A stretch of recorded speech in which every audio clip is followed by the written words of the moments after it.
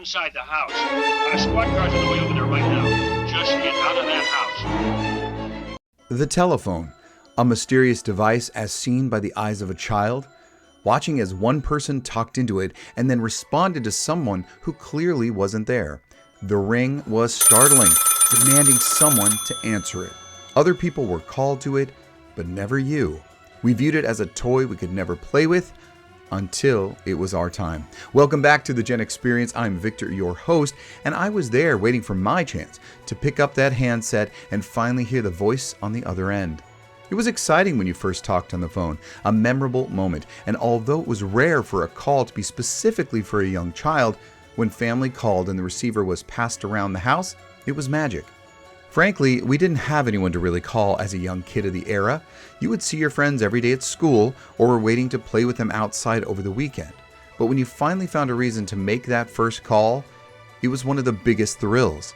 Nervous, as you weren't sure if you were supposed to use the phone, you picked it up and heard that almost sinister, now practically extinct dial tone, becoming increasingly impatient, urging you to dial. Then you did it and felt satisfaction and success upon hearing the kindness in her computerized voice. At the tone, the time will be 4:56 and 20 seconds.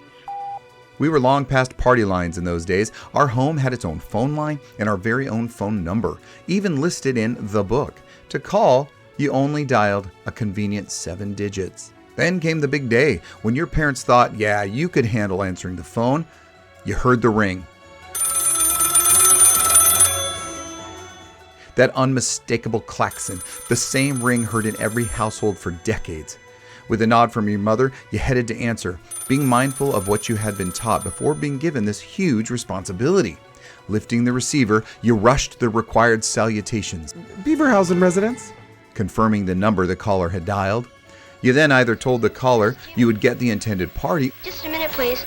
or if they were unavailable, you'd reply with a firm, "May I take a message?"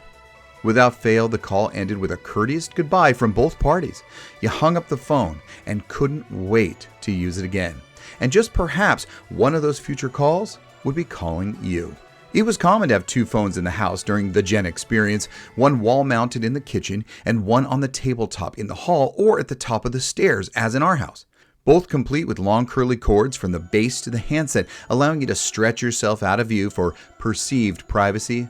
Some cords reached so long they would bend around corners, encircle support beams, and even be held up by feet against the wall while someone laid on their back on the floor with legs in the air, forcing everyone else to have to lift the cord, step over it, or even limbo underneath to get around, all while the talker feigned exasperation for being put out by everyone else in the household.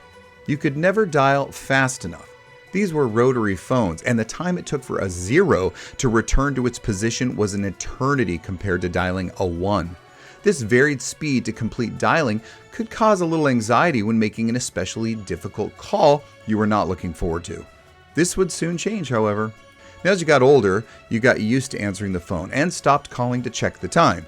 That is, unless you seriously had to set a clock or a watch by it. No matter how second nature it was to answer, you secretly hoped each ring would be for you. It felt nice to get a call, to be called to the phone, like when a friendly letter came in the mail from a best friend or maybe a pen pal. You felt wanted. And then with little fanfare, the rings began to be for you. We were called to the phone more in our tweens and teens, as if it had only been waiting for you to reach a certain age before permitting you the honor of receiving calls or even messages.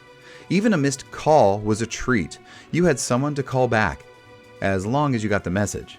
Incoming and outgoing calls were common. We chatted with friends to shoot the shit and ask each other the same old question. What we gonna do? I don't know. What do you want to do? Okay. So what we gonna do? I don't know. What do you want to do? But we'd make plans for the weekend or upcoming scheduled events from school. Everyone had to have the same information, and the phone was our communication device. You'd have to confirm all the details, especially any directions, and make sure to write them down. How else were you going to know how to get there? The phone was gossip's best invention, and that invention did not start in the Gen Experience, no, but we all kept it in business. Tough to talk about the most recent drama while at school? Call later that night and rehash all the deets from somebody's poor choices earlier in the day. Or talk about that fox that keeps eyeing you. What a fox. Dresses like Elvis Costello. Looks like the Karate Kid. I'm gonna get him. Homework. We can't forget about that. If you needed help with your assignment or answers to a possible test question, a buddy or the smartest girl in class that you befriended was the ideal phone-a-friend. If something just wasn't making sense, you could count on them to help you stumble through it or fake it till you make it. And finally, what seemed to be the ideal end goal of using the phone was to talk up a current crush. You could be in the middle of dialing and hang up half a dozen times before finally getting the courage to call someone and ask them out on a date. After getting through a parent or sibling to ask to speak to the object of your affection, you finally had the opportunity to get to know someone in a personal way you just couldn't in front of all your friends at school. You had to be prepared for anything. Taking the answer in stride, relieved or rejected, you still had to find a way to end the conversation with class. These were sensitive calls to make, but the phone was your wingman. However, you now wondered how you could have more privacy with the phone in the middle of that family traffic. And let's face it, you were tying up the line. Push-button phones took the world by storm, and every Rotary was replaced. Old phones were upgraded with new versions, and when I say new versions, buttons were about the only change, as you could get the same exact style of phone in black, but now in beige. They were introduced in 1963, but only in 2 towns. By the early 80s, it was common for most families to have switched over. The speed at which we dialed was now shocking, less than half the time as a rotary phone. And if you had one of those particularly anxiety-inducing calls to make, you now had but a mere second to doubt the call you just dialed in record time if you wanted to hang up before someone answered. Good thing caller ID and star 69 were in their infancy, so no one could trace it. And don't even get me started on the frustration of that busy signal, something I do not miss. The tone of each push-button number was unique, and yes, like Do Re Mi, you could make a song out of them. Were you the kind of kid who could play Mary Had a Little Lamb on your phone?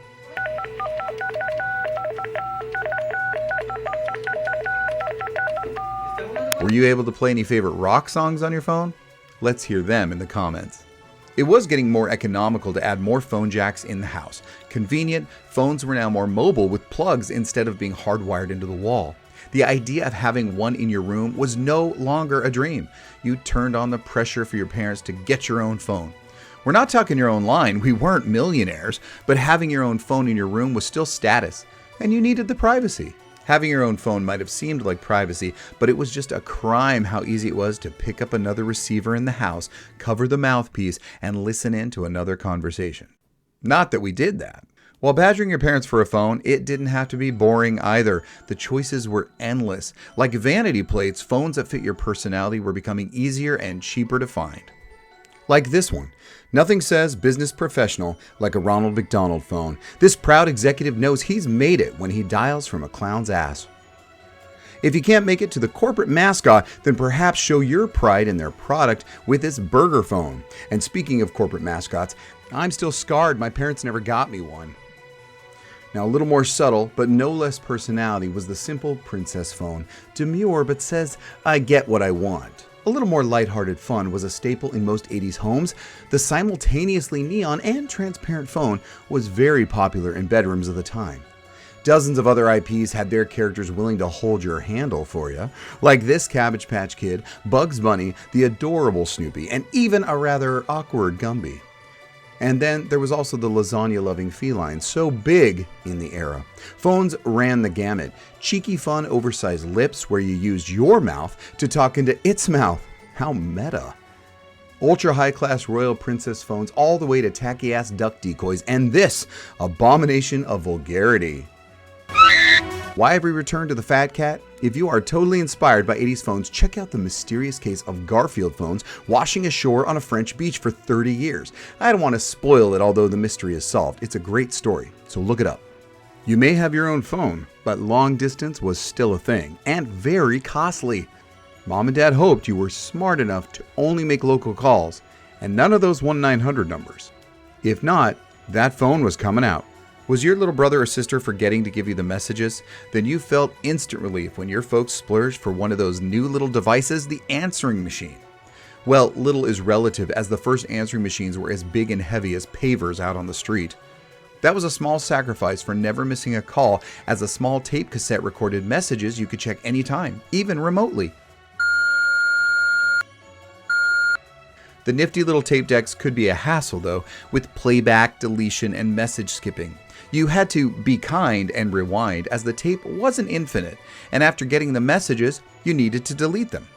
So, if you were trying to keep that adorable message from your newest crush romantically saying, "Hey, give me a call back when you can," it wouldn't be long before somebody deleted it, leaving you furious for a week because you couldn't listen to it every day after school and every hour after that. Phones were fun. Mini computers, no, not yet. But with answering machines getting better and better, we had some personalized options. Hello, I love you, won't you tell me your name? Well, I wouldn't go so far as to say I love you, but if you left your and a brief, I'll get back to you as soon as possible. Remember to do so after the beep, beep, beep, beep, yeah. About 25 years of trying to top yourself and your friends with your creative, outgoing messages, it got tiresome. However, it was just another way to demonstrate our individuality, even as many of those messages followed the same tired formula. Hi there. Fooled you. You're talking to a machine. But don't be shy. It's okay. Machines need love too. So talk to it. And Ginger, that's me, or Sarah will get back to you. Wait for the beep. Just another example of the innovation and pure fun in the Gen experience. Now, anonymity rules, and the idea of a phone book of listed numbers probably offends somebody. The white pages were convenient, and what kid didn't love seeing their family listed there with a handful of other Connors?